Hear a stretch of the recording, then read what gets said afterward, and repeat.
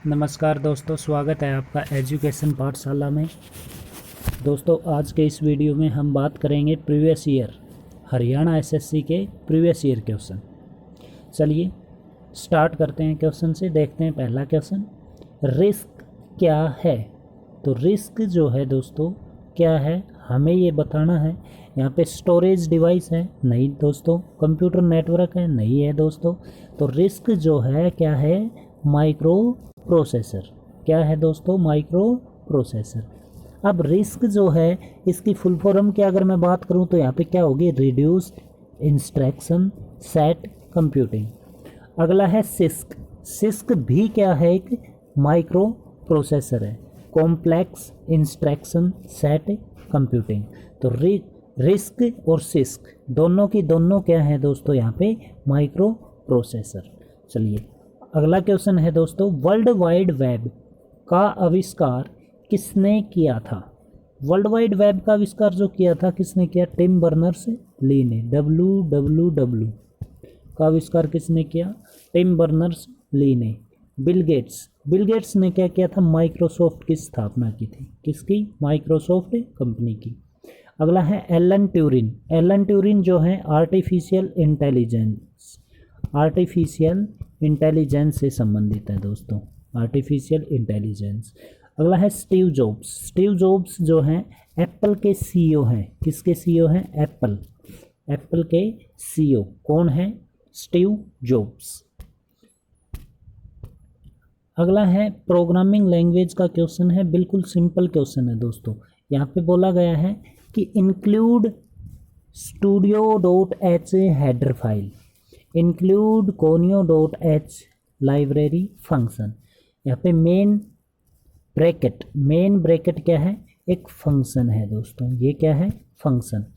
आगे है integer a की वैल्यू क्या है 5, इंटीजर बी की वैल्यू है 25, इंटीजर सी की वैल्यू क्या है 0 और c is equal to a plus B.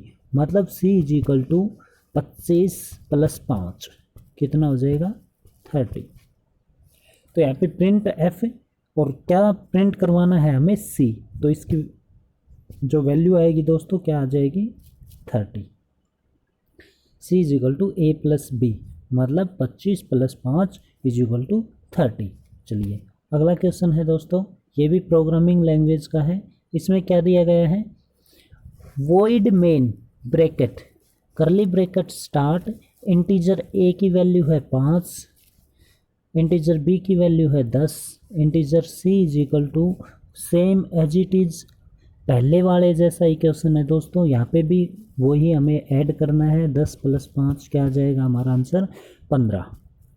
चलिए अगला क्वेश्चन है, main integer a is equal to 20, p is equal to 30, c is equal to 0। अब देखिए इसमें थोड़ा सा क्वेश्चन घुमा दिया है दोस्तों, बिल्कुल इजी क्वेश्चन है। हमें जो प्रिंट करवाना है वो क्या करवाना है, a की वैल्यू और b की वैल्यू। तो देखिए c is equal to a, c is equal to a, तो c की वैल्यू यहाँ पे क्या आ जाएगी दोस्तों 20, क्योंकि c की वैल्यू c जो है किसके इक्वल है, a के। अगला है a is equal to b, मतलब a की वैल्यू जो होगी यहाँ पे क्या हो जाएगी 30, क्या हो जाएगी 30 मतलब 30। उसके बाद है b is equal to C, b is equal to C, तो b की जो वैल्यू होगी यहाँ पे वो क्या होगी दोस्तों c। अब c की वैल्यू हमें यहाँ पे 0 नहीं लेनी दोस्तों, हमें क्या लेनी है, जो लास्ट टाइम जो दी गई है वो। लास्ट टाइम क्या दी गई है, c is equal to a मतलब 20, तो यहाँ पे b की वैल्यू क्या हो जाएगी 20। अब प्रिंट क्या करवाना है, a करवाना है और प्रिंट b करवाना है। तो प्रिंट जब a को प्रिंट करवाऊंगा तो a की वैल्यू यहाँ पे क्या है दोस्तों 30, b की वैल्यू क्या है दोस्तों 20। तो हमारा जो राइट आंसर होगा वो क्या होगा 30 और 20। समझ में आया दोस्तों। अगर आपको समझ में ना आया कोई क्वेश्चन, कोई किसी भी प्रकार का डाउट है तो आप कमेंट बॉक्स में लिख सकते हैं, ठीक है दोस्तों।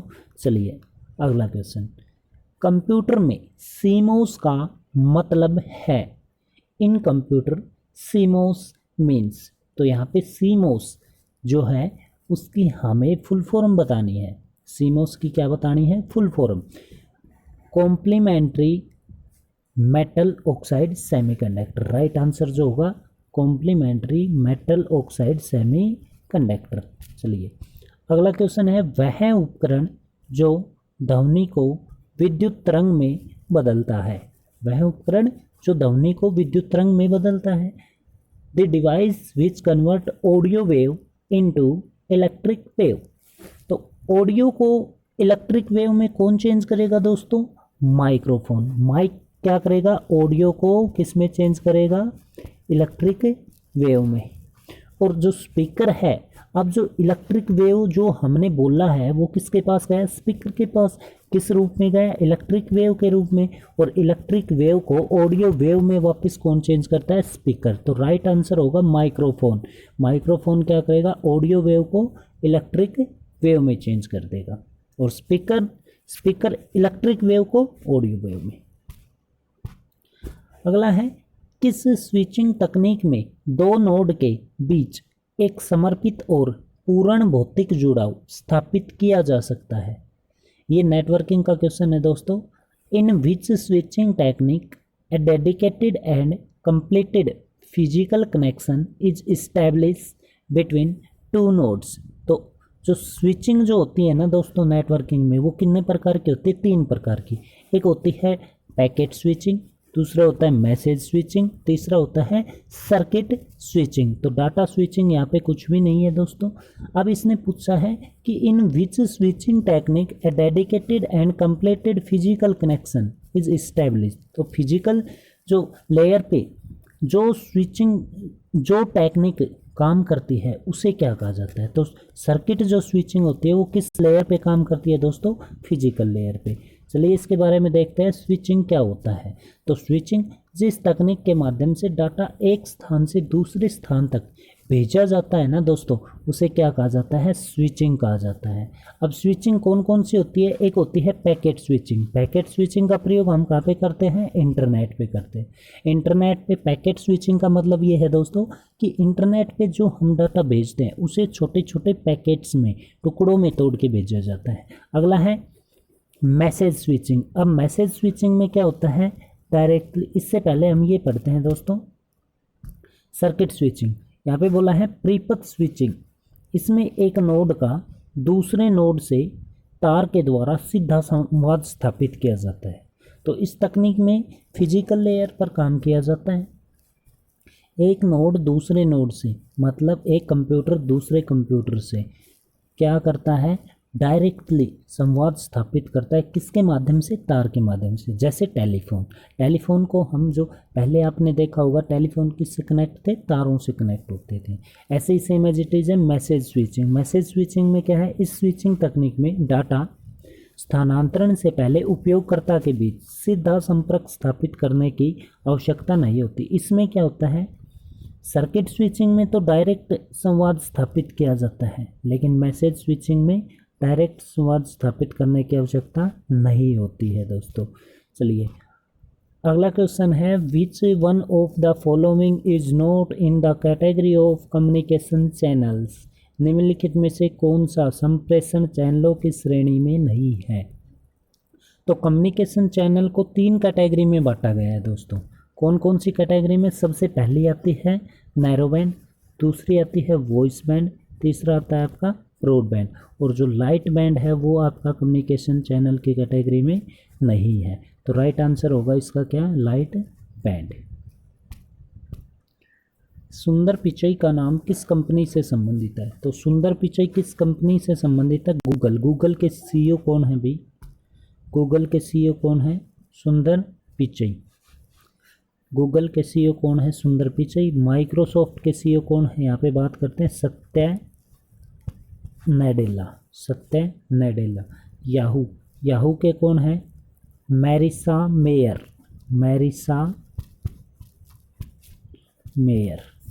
मैरिसा मेयर जो हैं किसके सीईओ हैं? याहू के। तो सुंदर पिचई का संबंध किससे है? गूगल से। राइट आंसर होगा गूगल। चलिए अगला क्वेश्चन है, स्क्रीन पर दिखाई देने वाली कमांड को क्या कहा जाता है? Commands which are shown on computer screen. तो कंप्यूटर स्क्रीन पे जो कमांड हमें दिखाई देती है उन्हें क्या कहा जाता है, आइकन्स। जो डेस्कटॉप होता है दोस्तों, डेस्कटॉप स्क्रीन पर फाइल, फोल्डर, चित्र आदि के समूह को ही क्या कहा जाता है, आइकन्स। अब यहाँ पे GUI है, GUI की फुल फॉर्म होती है graphical user interface, graphical user interface. ठीक है दोस्तों, तो राइट आंसर होगा आइकन्स। अगला, निम्नलिखित में से कौन सी सूचना प्रौद्योगिकी के क्षेत्र में एक मानकीकृत संस्था नहीं है। तो which one of the following is not related to information technology. तो यहाँ पे जो राइट आंसर होगा दोस्तों क्या होगा आपका, ISI जो है वो सूचना प्रौद्योगिकी से संबंधित नहीं है, बाकी तीनों क्या है दोस्तों, है। चलिए, ऑनलाइन लेन देन के संदर्भ में भीम का मतलब क्या है। तो भीम का मतलब क्या है दोस्तों, यहाँ पे भारत इंटरफेस फॉर मनी। क्या है दोस्तों, भारत इंटरफेस फॉर मनी। अगला क्वेश्चन है दोस्तों, निम्नलिखित में से कौन सा एक पैराग्राफ फॉर्मेटिंग नहीं है। Which one of the following is not related to paragraph formatting. अब देखो यहाँ पे जो है पैराग्राफ फॉर्मेटिंग में कौन कौन से टूल हैं। एक तो ये आपको दिखाई दे रहा है, इसका मतलब क्या हुआ, बुलेट्स एंड नंबरिंग। इसका मतलब होता है दोस्तों इंडेंटेशन। इंडेंटेशन मतलब पैराग्राफ को लेफ्ट राइट से सेट करने के लिए, तो इंडेंटेशन है, बिल्कुल है दोस्तों। अगला देखो, इसमें ये जो दिखाई दे रहा है इसे बोलते हैं दोस्तों, हम क्या बोलते हैं, अलाइनमेंट। तो अलाइनमेंट ये पैराग्राफ का हिस्सा है, पैराग्राफ का हिस्सा कौन कौन सा, अलाइनमेंट। तो अलाइनमेंट भी होगा दोस्तों। उसके बाद है ये वाला पार्ट, ये क्या है, ये है आपका स्पेसिंग, लाइन स्पेसिंग। तो लाइन स्पेसिंग भी, लेकिन अंडरलाइन स्टाइल जो है वो किसका हिस्सा है दोस्तों, फ़ॉन्ट का। किसका है, फ़ॉन्ट का। तो ये जो अंडरलाइन स्टाइल है वो पैराग्राफ फॉर्मेटिंग से रिलेटेड नहीं है, बाकी तीनों जो ऊपर वाले हैं वो सारे के सारे क्या हैं दोस्तों, पैराग्राफ फॉर्मेटिंग के हिस्से हैं। चलिए, अगला क्वेश्चन है, निम्नलिखित में से कौन सा बड़ी फाइलों को कंप्रेस कर नेटवर्क पर भेजने की अनुमति देता है। Which one of the following allow large file to be compressed and sent over the network. तो दोस्तों इसमें बात कर रहा है कि जब बड़ी फाइलों को अगर हमें किसी नेटवर्क पर भेजना है तो उन्हें कंप्रेस करने के लिए हम किसका प्रयोग करते हैं, कौन से सॉफ्टवेयर का यूज़ करते हैं। तो जो सॉफ्टवेयर यूज़ करते हैं उसका नाम है दोस्तों विनजिप, उसे बोला जाता है, क्या बोला जाता है, विनजिप। बड़ी फाइलें हैं, उन फाइलों को कंप्रेस किया जाता है, मतलब छोटा करने के लिए यूज़ करते हैं किसका, विनजिप का। थैंक यू दोस्तों, आज इतना ही। आगे भी कंटिन्यू वीडियो आती रहेंगी, आप लगातार बने रहिएगा। और किसी भी क्वेश्चन का कोई भी डाउट हो कमेंट बॉक्स में लिख के भेजिएगा दोस्तों। ठीक है दोस्तों, थैंक यू वेरी मच।